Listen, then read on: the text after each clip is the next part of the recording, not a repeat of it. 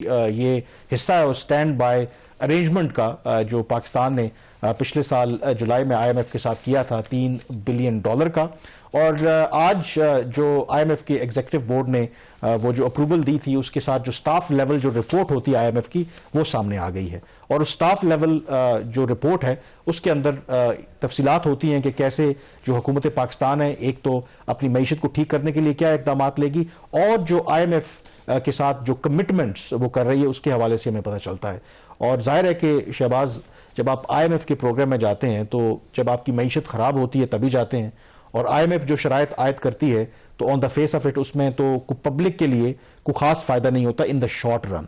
अब जो staff level report मंजरेआम पर आई है तो उसमें जो इंकशाफ हुआ है, हालांकि पिछले साल नवंबर में ही अभी चंद महीने हुए हैं कि इस केयर टेकर गवर्नमेंट ने गैस की कीमतों में 1100% से भी जायद इजाफा किया था according to the Federal Bureau of statistics.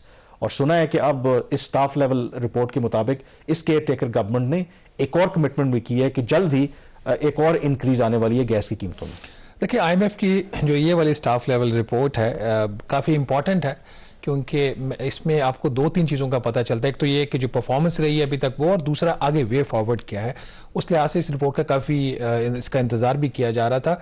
इस रिपोर्ट को दो तरीक़ों से देखा जा सकता है। एक तो जो परफॉर्मेंस है, जो एक पॉजिटिव चीज़ इस रिपोर्ट के अंदर है कि आईएमएफ ने चीज़ का खुद इतराफ़ किया है कि पाकिस्तान ने एक इकोनॉमिक स्टेबिलिटी जो है उसको अचीव कर लिया है। और उन्होंने खुले लफ्ज़ों में जो केयर टेकर गवर्नमेंट है, निगरान हुकूमत है, इसकी कारकर्दगी को भी सराहा है कि उन्होंने जो मुश्किल फैसले करने थे, बिजली की कीमतों में इजाफा करने का फैसला था, गैस की कीमतों में इजाफा करना था, मॉनेटरी पॉलिसी टाइट रखनी थी, एक्सचेंज रेट में करेक्शंस करनी थी, फिस्कल पॉलिसी को सही इंप्लीमेंट करना था, वो फैसले उन्होंने किया और उस चीज़ को रिपोर्ट के अंदर एक्नॉलेज किया गया।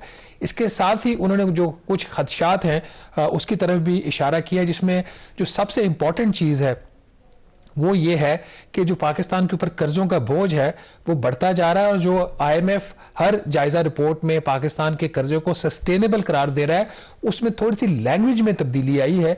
अभी भी जो उसके पाकिस्तान का जो डेट है उसको उन्होंने सस्टेनेबल ही कहा है, लेकिन उन्होंने कहा कि जो सस्टेनेबिलिटी का पाथ है ये छोटा होता जा रहा है, ये नैरो होता जा रहा है। ये नैरो क्यों होता जा रहा है कि पाकिस्तान को जो नए कर्जे चाहिए, पुराने कर्जों को सर्विस करने के लिए, अपने जो दरामदाद हैं उसको फाइनेंस करने के लिए, अपने करंट अकाउंट खसारे को फाइनेंस करने के लिए उन नए कर्जों को लेने में मुश्किल आ रही है।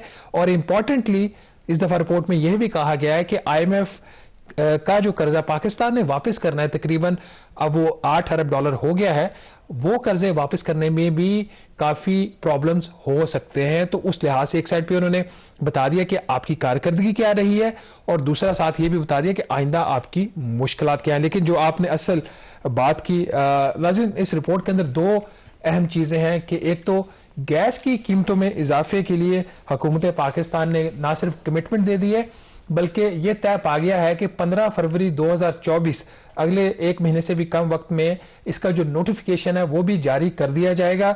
ये गैस की कीमतों में तीसरा बड़ा इजाफा होगा। पिछले साल जनवरी में पहले इजाफा किया गया, उसके बाद नवंबर में इजाफा किया गया। जो नवंबर का इजाफा था वो 1100% से भी ज्यादा था। अब यह तय पा गया है पाकिस्तान और आईएमएफ के दरमियान कि ओगरा जो गैस की प्राइसेस डिटरमिन करेगा, हुकूमत पाकिस्तान उसका जो नोटिफिकेशन है वो 15 फरवरी से पहले जारी कर देगी। केयर टेकर का गवर्नमेंट भी का जो पीरियड है वो भी बाय दैट टाइम खत्म हो जाएगा।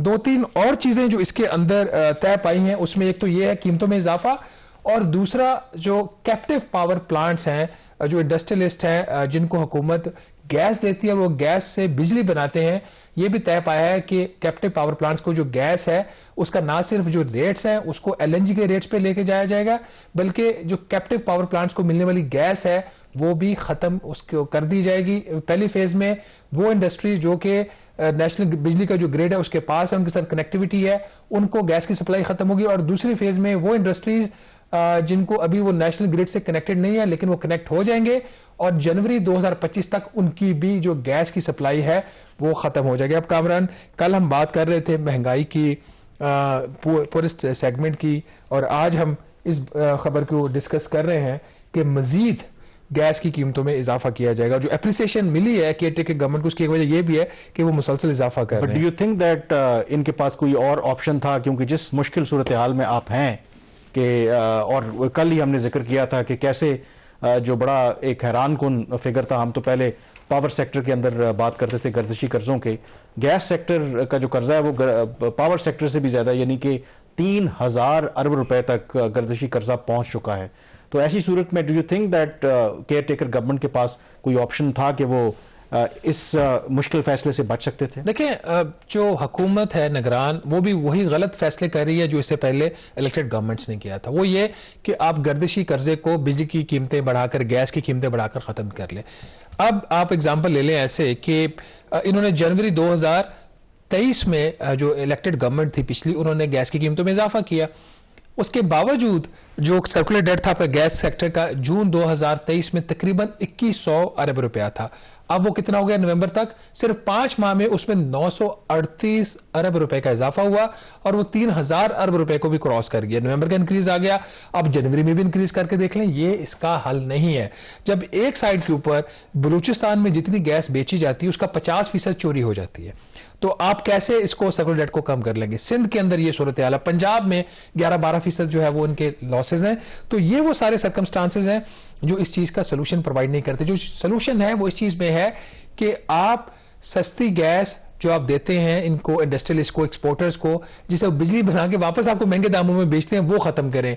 आप गैस का इफेक्टिव यूटिलाइजेशन करें। जिस कीमत पे आप गैस ले रहे हैं उस कीमत पे आप गैस को बेचें। अच्छा, ये काम नहीं हो रहा। अच्छा, और इस केयर टेकर गवर्नमेंट ने सिर्फ ये काम नहीं किया, और भी प्रोमिसेस किए हैं IMF के साथ, जिसके फार रीचिंग इंप्लीकेशंस होंगी। एक तो अगर रेवेन्यू का हदफ अचीव नहीं होता तो वो मिनी बजट लाने की बात कर रहे हैं। और जो मेरे लिए एक फैसिनेटिंग चीज है उसमें वो ये कह रहे हैं कि एक जो प्रपोजल है कि मसलन जो गवर्नमेंट ने दिया है उन्हें कि चीनी की ऊपर लेवी लगाने की बात हो रही है, पेट्रोलियम लेवी। नहीं, पहले वो एग्जैक्टली नहीं, वो लेवी नहीं है, ये बेसिकली उसको सादा ज़बान में लिखा गया, बेसिकली फेडरल एक्साइज ड्यूटी है।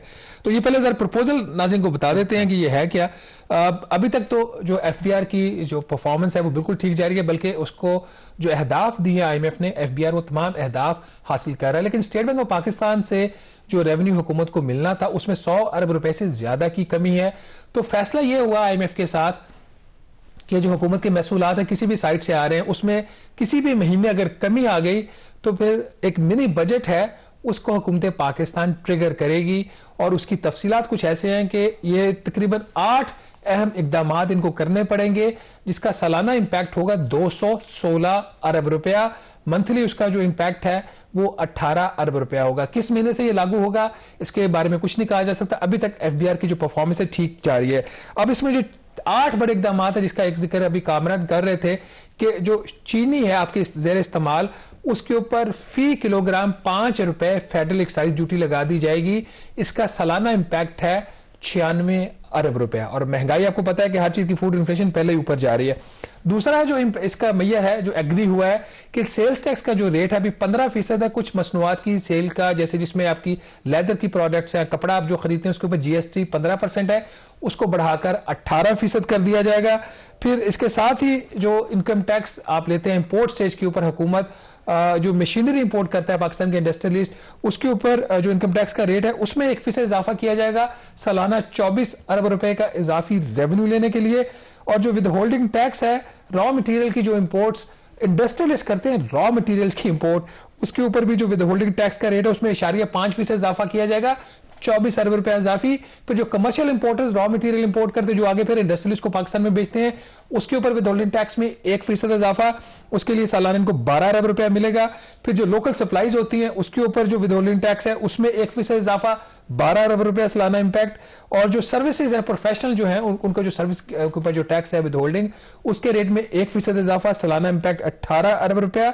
और जो कॉन्ट्रैक्टर्स हैं उनसे जो विद होल्डिंग टैक्स वसूल किया जाता है उसमें भी 1% इजाफा और सालाना इंपैक्ट 18 अरब रुपया। तो ये कामरान मिला के 216 अरब रुपए का मिनी बजट तय हुआ है। लेकिन ये जो केयर टेकर गवर्नमेंट है, ज़ाहिर है इनका वक्त तो अब बहुत थोड़ा है, तो इसका मतलब है कि अगर इसकी जरूरत पड़ी तो जो नई गवर्नमेंट आएगी तो उसको ही फिर ये इकदाम लेना पड़ेंगे। इनके पास तो शायद इतना टाइम नहीं है। देखिए, हो सकता है केयर टेकर गवर्नमेंट ये ले ही ना, क्योंकि अभी आपकी जो परफॉर्मेंस है दिसंबर तक ठीक जा रही है। जनवरी में जो अभी तक की रेवेन्यू कलेक्शन मैंने चेक की है वो 56% का जो हदफ था उसके बराबर, 56% के बराबर हो चुका है। FBR के अंदर जो झगड़ा भी चल रहा है वो इसको इंपैक्ट डाल सकता है। Somehow they are okay. ये वाला जो प्रोग्राम है इसका जो पीरियड है वो है 12 या 14 अप्रैल 2024 तक। तो ये तो इंप्लीमेंटेशन फेज में अगली गवर्नमेंट के टाइम पे भी जाएगा। तो ड्यूरिंग दिस इंप्लीमेंटेशन पीरियड अगर कहीं पे कोई गैप आता है तो वो चला जाएगा। लेकिन एक चीज कामरान और है before going to the break कि ओवरऑल एक इंप्रेशन ये था कि केयर टेकर गवर्नमेंट ने जो जितने भी उसकी जो शराइत थी आईएमएफ की वो तमाम उन्होंने मीट कर ली हैं। लेकिन मैंने जब आईएमएफ कमीशन यहाँ पे था तो मैंने खबर की थी कि बजट जो डेफिसिट जो है उसके ऊपर कुछ इश्यूज चल रहे हैं और हो सकता है हुकूमत को एक वेवर लेना पड़े। वो बात अब सही साबित हुई है। रिपोर्ट में इस चीज का इंकिशाफ हुआ है कि जो प्राइमरी बजट सरप्लस का जो हदफ था पहली छमाही का वो पाकिस्तान हासिल नहीं कर सका, और चूंकि हासिल नहीं कर सका तो उसको फिर एक वेवर चाहिए था पाकिस्तान को, वो आईएमएफ ने वेवर दिया। वेवर के बाद ही ये मुमकिन हुआ कि फिर जो अगली ट्रांच है $706 मिलियन की वो अचीव हो। लेकिन ये क्रिएटिव अकाउंटिंग थी, इसकी जस्टिफिकेशन भी इस रिपोर्ट के अंदर फाइनेंस मिनिस्ट्री ने दी है। उन्होंने कहा जी कि इन्होंने उस वक्त अपनी तरफ से चालाकी ये पाकिस्तान ने की थी, वजारत खजाना ने, कि जो पावर सेक्टर की सब्सिडी इन्होंने रिलीज करनी थी पहली छमाही की, उन्होंने 30 सितंबर को नहीं की, उसको उन्होंने 2 या 4 अक्टूबर को रिलीज कर दिया, जो इस रिपोर्ट के अंदर जो जिक्र है। तो चूंकि अक्टूबर में रिलीज किया तो इसका इंपैक्ट सितंबर में नहीं आया। आईएमएफ ने उसको फिर कैलकुलेट किया कि नहीं ये तो खर्चा उस टाइम का था, आप अक्टूबर में रिलीज करके ये चालाकी कर रहे हैं, तो वो उस चीज को उन्होंने नहीं माना। दूसरा भी इसी किस्म का इशू था कि जो पब्लिक सेक्टर डेवलपमेंट प्रोग्राम है, आपका जो तरक्याती प्रोग्राम है, उसका जो रिलीजेस थी वो 131 अरब रुपए की थी। खर्चा इन्होंने हार्डली कोई मेरा ख्याल 40 अरब रुपया भी नहीं किया था, वहां से इन्होंने चालाकी करने की कोशिश की, तो उसको भी उन्होंने बुक किया कि नहीं ये भी आपने ठीक नहीं किया, इसलिए आपका जो प्राइमरी बजट का जो आपका हदफ था वो हासिल नहीं हो सका, तो यहां पे आपने मिस किया, तो आपको वेवर लेना पड़ेगा। लेकिन अगर आईएमएफ चाहे या आईएमएफ को जो चलाने वाले हैं चाहें, तो अगर चाहते तो इसको इशू भी बना सकते थे, लेकिन उनकी बड़ी मेहरबानी है कि उन्होंने इशू नहीं बनाया। बहरहाल देखते हैं